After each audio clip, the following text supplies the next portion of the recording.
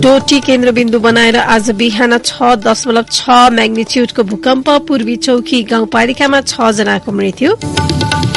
विशेष अदालतका बहुसंख्यक फैसला प्रतिवादीको पक्षमा आउन थालेपछि अख्तियारद्वारा सार्वजनिक रूपमा असन्तुष्टि 124 मुद्दामा विशेषको फैसला विरूद्ध सर्वोच्चमा पुनरावेदन।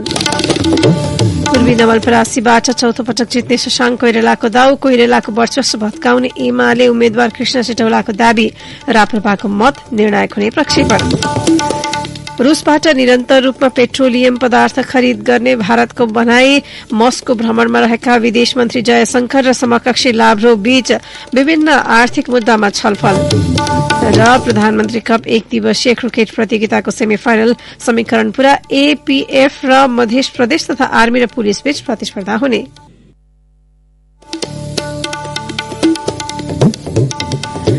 नमस्कार, कान्तिपुर डायरीका साथी रमेशका साथमा म दिवा। अब समाचार विस्तारमा। डोटीमा आज बिहान 6.6 रेक्टर स्केलको भूकम्प जाँदा 6 जनाको मृत्यु भएको छ, 5 जना घाइते भएका छन्। राष्ट्रिय भूकम्प मापन केन्द्रका अनुसार डोटी स्थित खप्तर राष्ट्रिय निकुञ्जमा केन्द्रबिन्दु बनाएर बिहान 2:12 6.6 म्याग्निच्युडको भूकम्प गएको हो। भूकम्पका कारण ग्रामीण भेगका दर्जनौं घर भत्किएका छन्। पूर्वी चौकी गाउँपालिकाको वडा नम्बर 3 गैरा गाउँमा केही घर भत्किँदा च्यापिएर 6 जनाको मृत्यु भएको हो र 1 जना उद्धार गर्न बाँकी रहेको जिल्ला प्रहरी कार्यालयका सूचना अधिकारी डीएसपी भोला भट्टले जानकारी दिनुभयो। घाइते 5 जनाको उपचारका लागि अस्पताल लगिएको छ। घटनास्थलमा थप उद्धारका लागि नेपाल प्रहरी, सशस्त्र प्रहरी, नेपाली सेनाको टोली पुगिसकेको छ। स्थानीय सहितको टोलीले उद्धार गरिरहेको प्रहरीले जनाएको छ। शिक्षक मीनराज ओझाका अनुसार स्थानीयका अधिकांश घर भत्किएका छन्। भूकम्पका कारण सायल गाउँपालिका क्षेत्रको समेत ठाउँ ठाउँमा पहिरो गएको स्थानीय दलबहादुर देउवाले जानकारी दिएका छन्। त्यसअघि पनि राति 9:07 दिपायलमा केन्द्रबिन्दु बनाएर 5.7 म्याग्निच्युडको भूकम्प गएको भूकम्प मापन केन्द्रले जनाएको छ। त्यसपछि समेत पटक पटक परकम्प गएको थियो।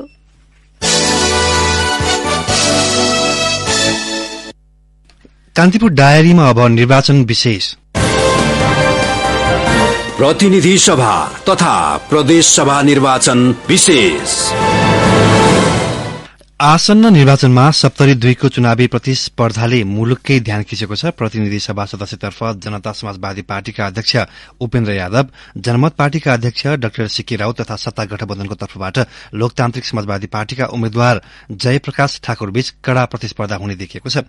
गत स्थानीय तहको निर्वाचन परिणामलाई हेर्दा सत्ता गठबन्धन बलियो देखिन्छ। यद्यपि यसअघिको 2074 सालको निर्वाचनमा विजयी भई पुनः दोहोरिएका जनता समाजवादी पार्टीका अध्यक्ष उपेन्द्र यादव र जनमत पार्टीको तर्फबाट उम्मेदवारी दिएका सीके राउतको आम जनता माझ क्रेज कम छैन।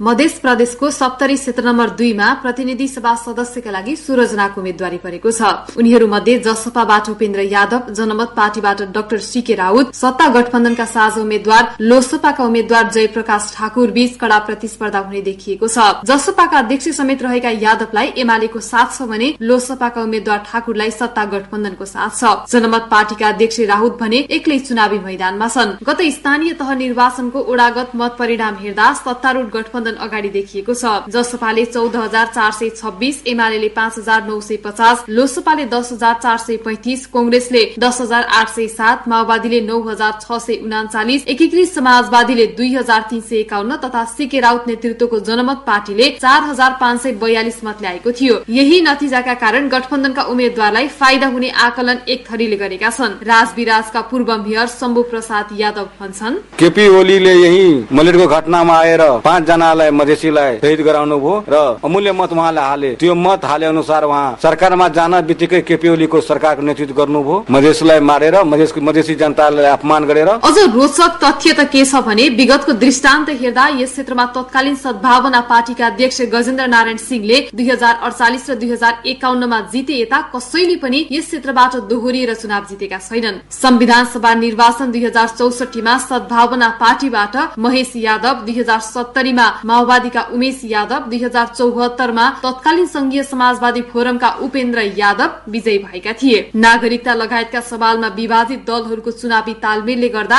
जसपाका यादवलाई जित्न कठिन हुने विश्लेषण पनि भइरहेको छ। राजनीतिक विश्लेषक खुशीलाल मण्डल भन्छन्, सचेत नागरिकले एमालेलाई मधेस विरोधी ठानिरहेको उससँग जसले उसको कुनै राजनीतिक सिद्धान्त छैन। एकातिर मधेसवादी भनाउँदा उपेन्द्र यादवसँग गठबन्धन गर्छ भने पटक पटक कहिले कांग्रेससँग कहिले एमालेसँग मिलेर सत्ता सुख भोग गर्छ। अहिले आएर सारा चिज बिर्सेर एमालेको सूर्य चिन्हमा चुनाव लडिरहेको यो मूलहीन राजनीति हो देशको। दुवैले गरे उपेन्द्र यादव मात्रै हो, कांग्रेसले गरेको पनि मूलहीन। 2074 सालको चुनावमा जसपा अध्यक्ष यादव परम्परागत संसदीय क्षेत्र मोरङ सुनसरी छाडेर 72 हानिएका थिए, तर उनलाई गत निर्वाचनमा जनताले जिताएका थिए। अहिले भने उनलाई तत्कालीन सहयात्री दल लोसपाका उम्मेद्वार जयप्रकाश ठाकुरले चुनौती दिँदैछन्। 2074 को चुनावमा यही क्षेत्रबाट स्वतन्त्रमा उठ्दा तेस्रो स्थानमा आएका लोसपाका अहिलेका उम्मेद्वार ठाकुर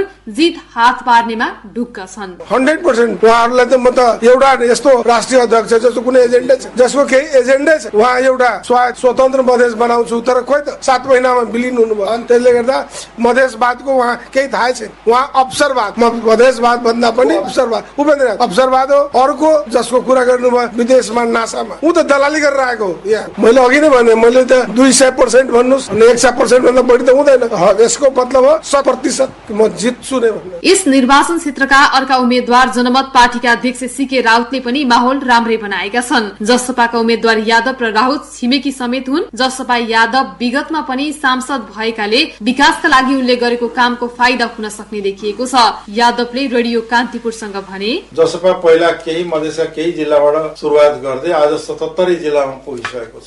आज हामी 145 वटा प्रदेश सिटमा चुनाव लड्दैछौँ। आज हामी 81 वटा संसदमा लडिरहेका छौँ र विगतको तुलनामा आज जसपा अगाडि बढ्दै गएको भन्दाखेरि हामीले सामान्य सिटको तालमेल गर्नु भनेको त कुनै अनौठो कुरा होइन। कसले गरेका छैन? एमाले माओवादीले त पार्टी नेउडा बनाएको, कांग्रेस एमाले पनि सरकार बनाएकै हो। त्यसकारणले चाहिँ के छ भन्दाखेरि आफ्ना अवधारणाहरू यथावत राखेर केही सिटमा तालमेल गर्नु भनेको कुनै अचम्मको कुरा होइन। स्थानीय तहको निर्वाचनको मत परिणामका आधारमा जसपा उम्मेद्वार यादवलाई कडा चुनौती देखा पर्दा लोसपाका ठाकुरलाई चुनावी प्रतिस्पर्धा केही सहज देखिएको छ। यादव र ठाकुरका लागि सीके राउतको उपस्थितिले पार्ने असरमै यहाँ चुनावी नतिजा निर्भर हुनेछ। रेडियो कान्तिपुरका लागि सहकर्मी अवधेश झाका साथमा तुलसी अर्याल, राजविराज सप्तरी।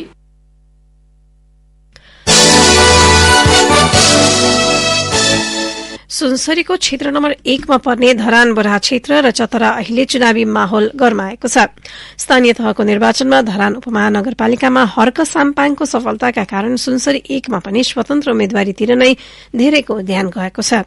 11 जनाले स्वतन्त्र उम्मेद्वारी दिएको सुनसरी क्षेत्र नम्बर 1 मा सत्ता गठबन्धनका तर्फबाट माओवादी केन्द्रबाट मोक्साङ हाङ सुब्बा, एमालेसँगको गठबन्धनमा जसपाका अशोक राई, राप्रपाका अशोक कुमार राई, जनमत पार्टीका फत्त बहादुर खड्का सहितका उम्मेद्वार पार्टीगत प्रतिनिधित्व गरिरहेका छन्।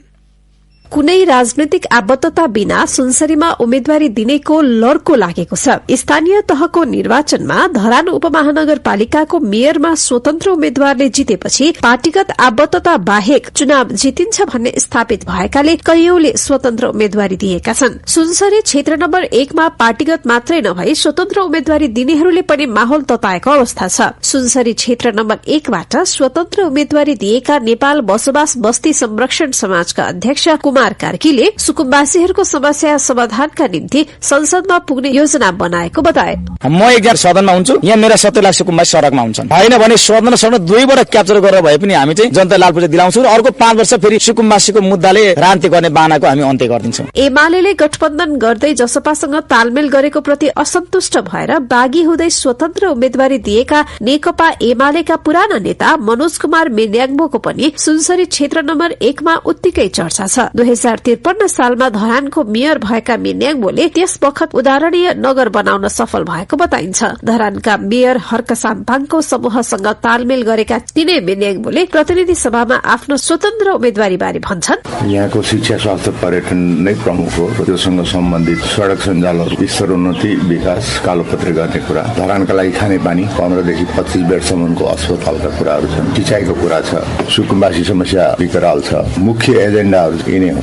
यो क्षेत्रको विकास चाहिँ एउटा गतिमा व्यवस्थित ढंगले अगाडि लान सकिन्छ भन्ने हो र त्यो क्षमता चाहिँ ममा छ र म त्यो गर्न सक्छु भन्ने मेरो चाहिँ विशेष भरोसा हो। दलगत राजनीति गर्नेहरू भने स्वतन्त्र उम्मेदवारीले संसदीय राजनीतिमा कुनै अर्थ नराख्ने तथा नीति योजनाका निम्ति बहुमत आवश्यक पर्ने दावी गर्दै मतदातालाई आकर्षित गर्ने प्रयास गरिरहेका छन्। एमालेका तर्फबाट बाँकी उम्मेदवारी परेपछि अप्ठ्यारोमा परेका जसपाका अशोक राईले स्वतन्त्र उम्मेदवारी दलीय व्यवस्थाका निम्ति हानिकारक हुने तर्क गरेका छन्। स्वतन्त्रले जित्ने भनेको चाहिँ चान्सको कुरा हो, त्यो चिट्ठा पर्ने जस्तो कुरा हो। हामीले ल्याएको दलीय प्रणाली हो। दलीय प्रणाली ल्याउनको निम्ति धेरै शहीदहरूले बलिदान दिएका छन्, धेरै नेताहरूले जेल जीवन प्रवास भूमिगत भएर लडेका छन् त्यो निर्दलीयताको विरुद्धमा। अहिले 275 जना चाहिँ स्वतन्त्र उम्मेद्वारहरूले जित्ने हो भने त यो संविधान त कोल्याप्स भइहाल्छ, यो सिस्टम कोल्याप्स त खतम हुन्छ। जनताले अलिकति दलहरूलाई शिक्षा दिनुपर्छ है भन्ने अवस्था हुँदाखेरिको हकमा कहिले कहीँ जितेको अवस्था देखिन्छ। सधैँभरि चाहिँ त्यो नियमको रूपमा हुन्छ भन्ने कुरा होइन।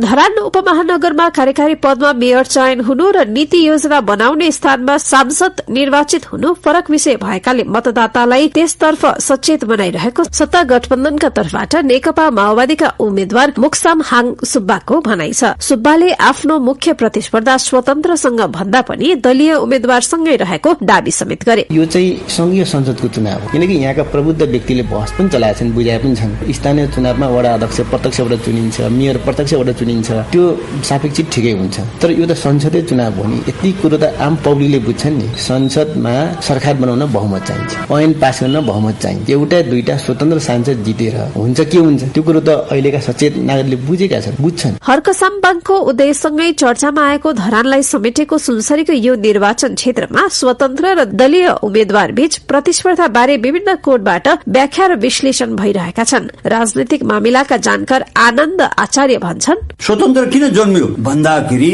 राजनीतिक दलहरूको एकाधिकारपन अनि एकदम मोनोटोनस लिडरशिप होइन, अनि अकर्मण्यता अनि जडता अनि डेमोक्रेटिक प्रोसेसबाट पार्टीहरू चलेन, त्यसको समग्रतामा यो स्वतन्त्र जन्मिएको हो। त्यो स्थानीय चुनावमा देखा पर्यो। अहिले संसदमा पनि जो व्यापक देखा परेको छ नि त, हरेक कन्स्टिट्युएन्सीमा स्वतन्त्र उम्मेद्वार उठेका छन्। अनि त्यसले मलाई स्थानीय चुनाव र संसद छुट्याएर त्यो स्वतन्त्र उम्मेद्वारको चाहिँ हैसियत स्थिति फरक हुन्छ भन्ने मलाई लाग्दैन। दलीय राजनीतिका खिचातानीबाट रुष्ट भएका मतदाताले स्वतन्त्रको विकल्प रोज्न सक्ने विश्लेषणका बीच सुनसरी 1 मा पनि दलका उम्मेद्वारहरूलाई दबाव थपिँदै गएको छ। त्यसैले स्वतन्त्रको चुनौती सामना फरक गठबन्धनबाट चुनावी स्पर्धामा रहेका प्रमुख दलहरूले कसरी गर्छन् त्यो मंसिर 4 को निर्वाचनले तय गर्नेछ। रेडियो कान्तिपुरका लागि प्रदीप मेन्याङ्गोका साथमा दिवा भट्टराई। निर्वाचन आयोगले मंसिर 4 गते हुने प्रतिनिधि सभा तथा प्रदेश सभा सदस्य निर्वाचनमा परिचय खुल्ने आधिकारिक कागजातबाट मतदान गर्न पाउने जनाएको छ। आयोगबाट प्रकाशित अन्तिम मतदाता नावलीमा नाम समावेश भएका मतदाताले आयोगबाट जारी भएको मतदाता परिचय पत्र वा नेपाली नागरिकताको प्रमाणपत्र वा राष्ट्रिय परिचय पत्र वा राहदानी वा जग्गाधनी प्रमाण पूर्जा अथवा सवारी चालक अनुमति पत्रको सक्कल प्रमाणपत्रका आधारमा मतदान गर्न पाउने व्यवस्था मिलाउन सम्बन्धित निर्वाचन अधिकृतलाई निर्देशन दिने निर्णय गरेको प्रवक्ता शालिग्राम शर्मा पौडेलले जानकारी दिनुभयो। कान्तिपुर डायरीमा अब ब्रेकको पालो। ब्रेकपछि कान्तिपुर डायरीमा अब कान्तिपुर सविस्तार। कान्तिपुर सविस्तार।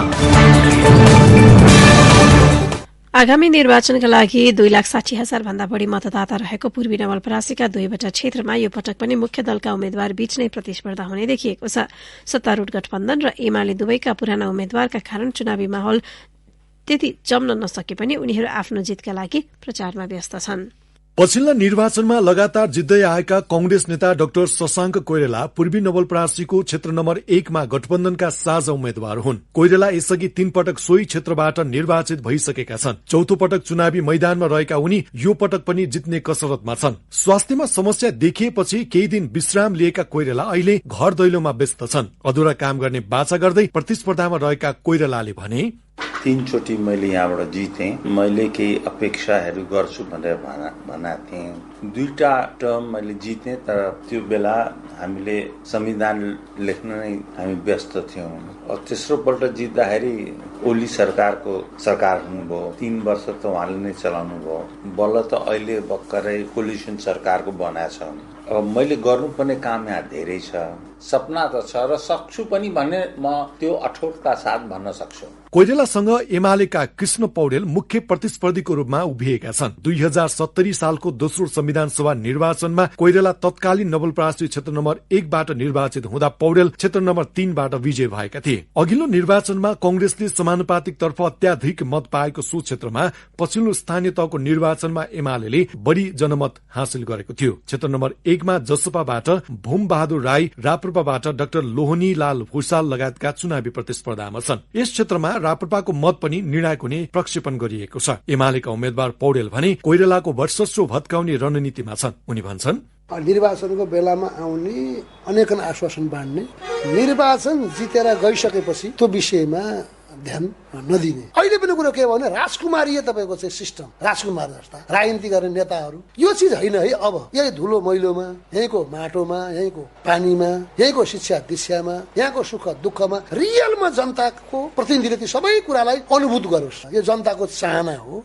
त्यो चाहनालाई पूरा गर्ने सन्दर्भमा, लाग्ने सन्दर्भमा र मैले जनतालाई के भनेको छु भने कतिपय हाम्रा पनि त्रुटि छन्। अब कम्तीमा पनि पहिलो कुरो राजनीतिलाई शुद्धिकरण गर्नु। पूर्वी नवलपरासीकै क्षेत्र नम्बर 2 मा गठबन्धनका तर्फबाट कंग्रेसका विष्णु कुमार कार्की र नेकपा एमालेबाट तिलक महत उम्मेद्वार छन्। 2074 को प्रतिनिधि सभा निर्वाचनमा कंग्रेसका उम्मेद्वार विष्णु कुमार कार्कीलाई 1333 मतान्तरले पराजित गर्दै तत्कालीन वाम गठबन्धनका तर्फबाट महत विजय भएका थिए। तर यसपालि एमाले विभाजनका कारण महतको मत घट्न सक्ने देखिएको छ। त्यसको फाइदा उठाउन खोजिरहेका गठबन्धनका उम्मेद्वार कार्कीले भने, निर्वाचन लडेर जाने अनि नेताहरूले आफूले बोलेका कुराहरू पूरा नगर्ने, त्यसै भएको हुनाले मैले नवलपुर क्षेत्र नम्बर म संघीय सांसद लड्दै गर्दा मैले चुनाव जितेको 15 दिनमै मैले जनताका सानातिना समस्याहरू आइपरेका समस्याहरूलाई मैले समाधान गर्नको लागि हेलो सांसद कार्यक्रम सचिवालय, संघीय सांसदले हेलो सांसद कार्यक्रम, त्यो जनतालाई डाइरेक्ट टच राखेर एउटा सचिवालय बनाएर हेलो सांसद मलाई यो समस्या पर्यो भन्ने म सम्बोधन पहिलो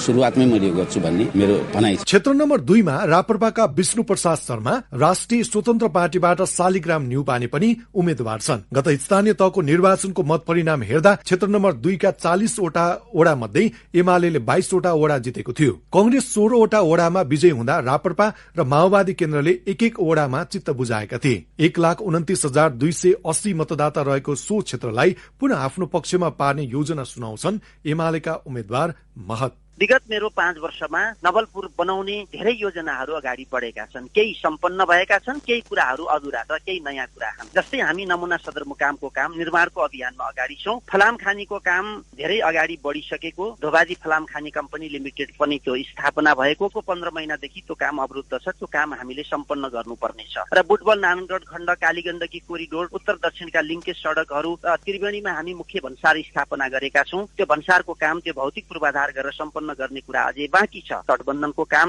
त्यसका डीपीआरका कामहरू अगाडि बढेका, त्यसलाई बजेट विनियोजन गरेर सम्पन्न गर्नुपर्ने अझै काम छ। नमुना सदरमुकामको काम अगाडि बढिरहँदा त्यही ठाउँमा रहेको जिल्ला अस्पताललाई हामीले गण्डकी प्रदेशको प्रादेशिक अस्पतालको रूपमा विकास गर्ने हाम्रो योजना छ। पहाड़, भित्री मधेस र तराईको भूभाग ओगटेको यो क्षेत्रका मतदाताको रोजाइबाट फेरि पनि पुरानै अनुहार जितेर आउने देखिन्छ। त्यसकारण दुवै क्षेत्रका उम्मेद्वारका लागि सहज देखिँदैन। कान्तिपुर सहकर्मी नारायण शर्माका साथमा सन्तोष गन्धर्व।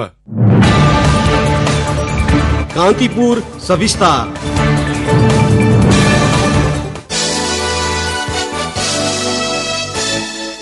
विश्वकप हेर्नका लागि दर्शकसँग अतिरिक्त शुल्क लिने सम्बन्धमा सर्वोच्च अदालतले अल्पकालीन अन्तरिम आदेश जारी गरेको छ। न्यायाधीश प्रकाश मान सिंह राउतको एकल इजलासले सो सम्बन्धी रिटको सुनवाई गर्दै आदेश जारी गरेको हो। आगामी मंसिर 4 गते हुने विश्वकप फुटबल प्रतियोगिता नेपालबाट प्रसारण गर्ने अधिकार पाएको मिडिया हब प्रणालीले दर्शकसँग थप 500 उठाउने निर्णय गरेपछि अधिवक्ताहरू किशोर पौडेल र अनुपम भट्टराईले सो निर्णयमा रोक लगाउन माग गर्दै सर्वोच्चमा रिट दायर गरेका थिए।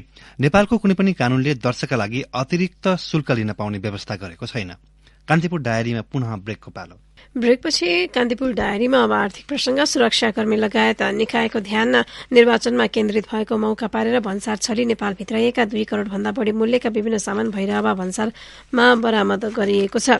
2 ट्रक र 2वटा पिकअप जीपमा भरिएका ती सामान भन्सार छलेर नेपाल भित्राइएको अवस्थामा हिजो बरामद गरिएको हो। यति धेरै परिमाण र मूल्यका सामान बरामद भएको पहिलो पटक भएको भन्सार भैरवा भन्सारले दावी गरेको छ। भैरवा भन्सार कार्यालयका प्रमुख मणिराम पौडेलको नेतृत्वमा खटिएको भन्सार कर्मचारी टोलीले कपिलवस्तुको महादेवी गाउँपालिका 8 बर्कुल भन्ने सीमावर्ती नेपाली गाउँको एउटा घरमा मौजदात गरिएको अवस्थामा र बुटवलको तिनाउ पुल नजिकैको सड़कबाट एउटा पिकअप जीप सहित सामान बरामद गरेको हो। तिनाउ पुल नजिकको सड़कबाट लु 1 छ 4695 नम्बरको पिकअप जीप र सीमावर्ती बर्कुल गाउँपालिकाबाट लु 2 छ 9084 नम्बरको पिकअप जीप बरामद गरिएको भन्सार प्रमुख पौडेलले बताउनुभयो। घरको गोदामबाट बरामद सामान भैरवा भन्सारसम्म लैजान 2वटा ठूला ट्रक भाडामा लिनु परेको थियो। कपिलवस्तुको चौराहा नाकाबाट तस्करी भएको सामान 5वटा जीपबाट बुटवल हुँदै गन्तव्य स्थल जाँदैछ भन्ने सूचना राति नै आएकाले बिहान 4 बजेदेखि नै पक्राउ गर्न खटिएको पौडेलले जानकारी दिनुभयो। अब अन्तर्राष्ट्रिय प्रसंग। रूस भ्रमणमा रहेका भारतका विदेश मन्त्री एस जयशंकरले मस्कोबाट निरन्तर पेट्रोलियम खरिद गर्ने बताउनु भएको छ। रूसले युक्रेनमाथि आक्रमण गरेपछि पहिलो पटक मस्को पुगेका जयशंकर र समकक्षी सर्गेई लाभरोभ बीच कृषि पेट्रोलियम खरिद लगायत विभिन्न आर्थिक मुद्दामा छलफल भएको अल जजिराले उल्लेख गरेको छ। रूस लामो समयदेखिको साझेदार भएकाले दुवै मुलुकलाई सहज हुने गरी सहकारी गर्ने जयशंकरले संयुक्त पत्रकार सम्मेलनका क्रममा बताउनु भएको हो। विश्वको तेस्रो ठूलो ग्यास तथा इन्धनको खपतकर्ता भारतका निम्ति क्रय शक्ति कम भएका ग्राहकलाई सस्तोमा इन्धन उपलब्ध गराउनु सरकारका लागि महत्वपूर्ण रहेको जयशंकरको भनाइ छ। विश्वले रूसी इन्धन नकिनेका समय त्यसको फाइदा उठाउँदै भारतले सस्तोमा रूसी तेल किनिरहेको छ। युक्रेनमाथिको रूसी आक्रमणको समेत भारतले हालसम्म खण्डन गरेको छैन। पश्चिमा मुलुकले प्रतिबन्ध लगाइरहेका समय चीन र भारतले रूसबाट तेल खरिद गरिरहेका छन्। अब खेल प्रसंग। प्रधानमन्त्री कप 1 दिवसीय पुरूष क्रिकेट प्रतियोगिताको सेमिफाइनल समीकरण पूरा भएको छ। सेमिफाइनल खेलमा नेपाल एपीएफ क्लब र मध्य प्रदेश तथा त्रिभुवन आर्मी क्लब र नेपाल पुलिस क्लब बीच प्रतिस्पर्धा हुनेछ। कीर्तिपुर स्थित त्रिपुरी क्रिकेट मैदानमा हिजो भएको खेलमा मधेसलाई 191 रनले हराउँदै पुलिस समूह बी को विजेता बन्दै सेमिफाइनलमा पुगेको हो। मूलपानी क्रिकेट मैदानमा भएको अर्को खेलमा आर्मीले कर्णालीलाई 140 रनले पराजित गर्दै सेमिफाइनलको यात्रा तय गरेको छ। उसले समूह उपविजेता बन्दै सेमिफाइनल यात्रा तय गरेको हो। प्रतियोगिताको फाइनल आगामी शनिबार हुनेछ। अब मौसम सम्बन्धी जानकारी। मुलुकको पहाड़ी भूभागमा आंशिकदेखि सामान्य बदली रही केही स्थानमा हल्का वर्षा हुने जल तथा मौसम विज्ञान विभागले जनाएको छ। साथै सुदूरपश्चिम र कर्णाली प्रदेशका केही हिमाली क्षेत्रमा हल्का हिमपातको सम्भावना छ। केही बेर अघि 10 डिग्री सेल्सियस मापन गरिएको काठमाडौँ उपत्यकाको अधिकतम तापक्रम आज 23 डिग्री सेल्सियस पुग्नेछ। सूर्योदय बिहान 6:20 भयो। सूर्यास्त भरे साँझ 5:15 हुनेछ। अवस्थ यसका साथै कान्तिपुर डायरीको बुलेटिन यही सकिन्छ। साथी रमेश र म दिवा बिदा माग्छौं। नमस्कार।